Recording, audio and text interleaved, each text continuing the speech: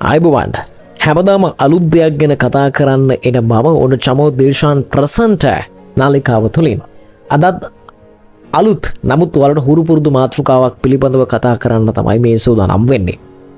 ජනාධිපති අනුර කුමාර දිසානායක මහතා ඇතුළු ආණ්ඩුව එකතු වෙලා මේ පාර මහනුවර දළදා මාලිගාවේ දළදා වහන්සේ මහජන ප්‍රදර්ශනයට විවෘත කරන්න සූදානමක් පිළිබඳව අපිට මාධ්‍යයේ කතා කරන්න වුණා. අපි මාධ්‍යයෙන් ඒක ඇහුවා. එවගේ මේකට ප්‍රතිවිරුද්ධ මත ගොඩාක් ඉදිරිපත් වුණා. ත්‍රස්තවාදී කල්ලි විසින් කරන ක්‍රියාවක් විදිහට සමහර අය මේක හෙලා දැකලා තිබුණා. හැබැයි මේ පිළිබඳව ඔබ දන්නවා මීට වසර ගණනාවකට ඉහතදී ලංකාවේ දුර්භික්ෂ කාලෙක මහනුවර දළදා මාලිගාවේ දළදා වහන්සේ මහජන ප්‍රදර්ශනයට තියලා ලංකාවේ යළිත් යථා තත්ත්වයට පත් කරගත්තු අවස්ථාවක් පිළිබඳව මේ අතීතය පිළිබඳව මම පිරික්සා බැලුවා. ඉතින් මම සූදානම් වුණා ඔබත් එක්කත් ඒක බෙදා ගන්න. ඔබ මොහොතකට හිතලා බලන්න විවිධ වූ දේශපාලන මතධාරීන් විසින් සහ විවිධ ආගමට නොසුදුසු නොගැලපෙන මිනිසුන් විසින් මේ කරන ප්‍රකාශයන් කොතරම් දුරට සාධාරණද කියන කාරණාව ඔබ මේ වීඩියෝ බලලම ඒක තීරණය කරන්න. එහෙනම් අපි යමු වීඩියෝ එකට. චමෝ දේශාන් the presenter දිගු කලක් තිස්සේ රටේ පැවති නියන් සමය දුරු කර ඇද හැලුණු දොරානිපාත වැස්සෙන් වැව් අමුණු ඇලදුල ගංගා පිරී ඉදිරියේ ගැලූ ගං වතුර දළදා වතුර නමින් ප්‍රසිද්ධ විය. මේ ආශ්චර්ය සිදු කළ දාදා ධාතු ප්‍රදර්ශනය පුද පෙරහර ආරක්ෂාව මධ්‍යහි පැවැත්වීමට ශ්‍රීමත් එඩ්වඩ් පාන්ස් ආණ්ඩුකාරතුමා පුරෝගාමීව කටයුතු කරනු ලැබුවා. වාරිපුල සුමංගල අනුනාහිමියන් විසින් දළදා වහන්සේ රහසිගතව මාලිගාවෙන් පිටතට වැඩම කරවුවේ දළදාවේ ආරක්ෂාව සඳහායි.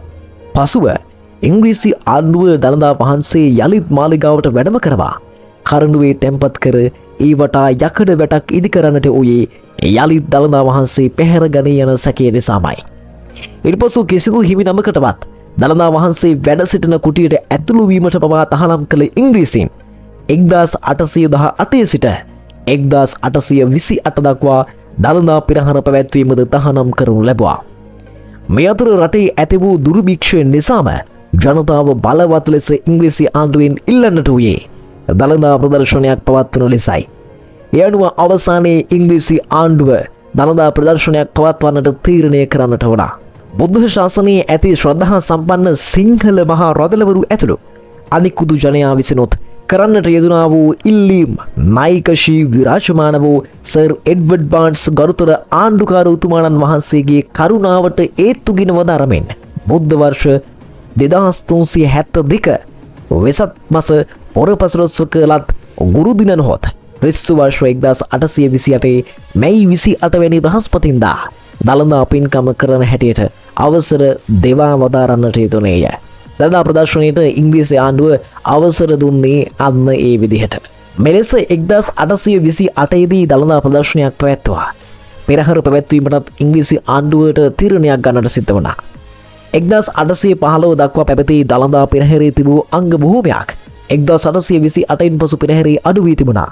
විශේෂයෙන් රජතුමා පෙරහැරේ ගමන් නොකරන නිසා එම අංගද එතනින් ඉවත්ව තිබුණා. පුරාණ නීතියෙන් පවත්වාගෙන එන පෙරහර පළමු පිනුව දළදා මාලිගාවේ පෙරහර කොඩි සේසත් දවුල් තොම්මැට්ටම් තූරිනාදී සහිත රොන් පලසින් වසන ලද දෙපස ඇතුන් පිට රජතුමිය මුතුකුඩගත් ඇත්රුවන් පන්තියෙන්ද ඔඩැක්කි පන්තියෙන්ද හස්ත හලන්කාරයෙන් සරසන ලද දෙපස ඇතුන් නැගී මල් පුදන්නන්ගෙන්ද චාමර සලන්නන්ගෙන්ද යුක්තව දෙදලෙහි බහන ලද රජතුමිය දීප්ත වූ කුපු ඇති දෙකන් පන්හි බහන ලද සෙමර ඇති රන්කම් කළ පලසකින් ඇතුබඳ වසා මුක මතු හිසක් දෙව් පලසින් දෙවුරුවක් පළඳවා ස්වර්ණමය වූ සිව්ගය ඇතු මතු පිට පිහිටුවා මුක්තාමානික්‍යාදී අනේක ද්‍රව්‍යයන් පළඳවන ලද රජතුමිය දාගබක් වැනි සිත් කළ වූ කරඬුව එහි තුළ අකුසුගත්